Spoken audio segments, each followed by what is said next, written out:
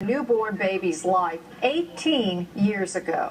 Well, now that infant is a high school graduate, and the man who saved her surprised her at her graduation. Nick LaGrange here with the story you'll only see on 14 News. Well, David, and little Skyler James was that little girl who was saved by AMR rep Charlie Heflin in 1995. Skyler recently graduated from Charleston High School in Charleston, Illinois, and following the ceremony, little did she know she was in for an emotional reunion.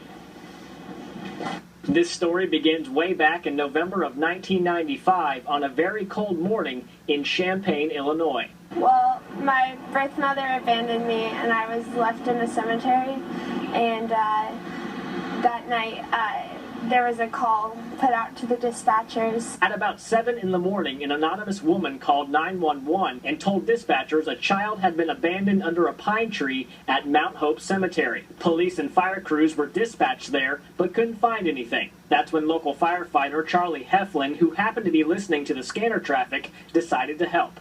We weren't but a couple miles from there. On a hunch, Heflin went to a different nearby cemetery to look for the child. He didn't find anything and started walking to his truck, but something told him to check again. Decided to turn around one last time to go double check, and I heard a little whimper when I got close to the tree.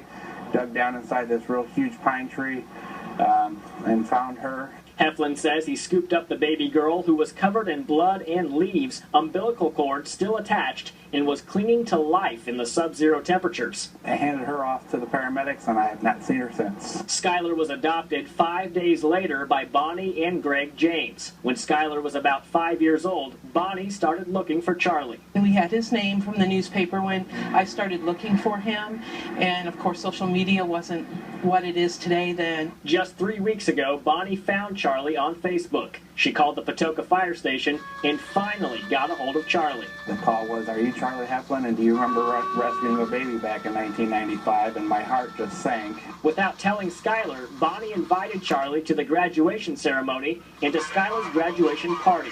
Quite a few tears shed, both on the phone and the day we met. Well, I was talking to someone at my party and my parents came up and said, "We need you for a second."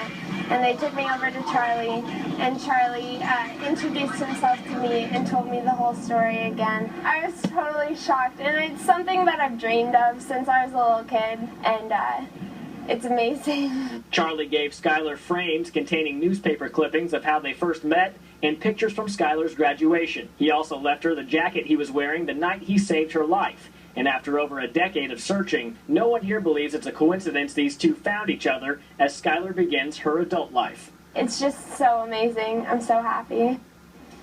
Heflin says Skyler's story inspired the safe haven law in Illinois that allows new parents to drop off their newborn at an emergency room, fire, or police station without repercussions. Skyler plans to attend Concordia University, Chicago, and major in communications. Nick LaGrange, 14 News. And I'm meteorologist Eric Garlick. We're tracking some strong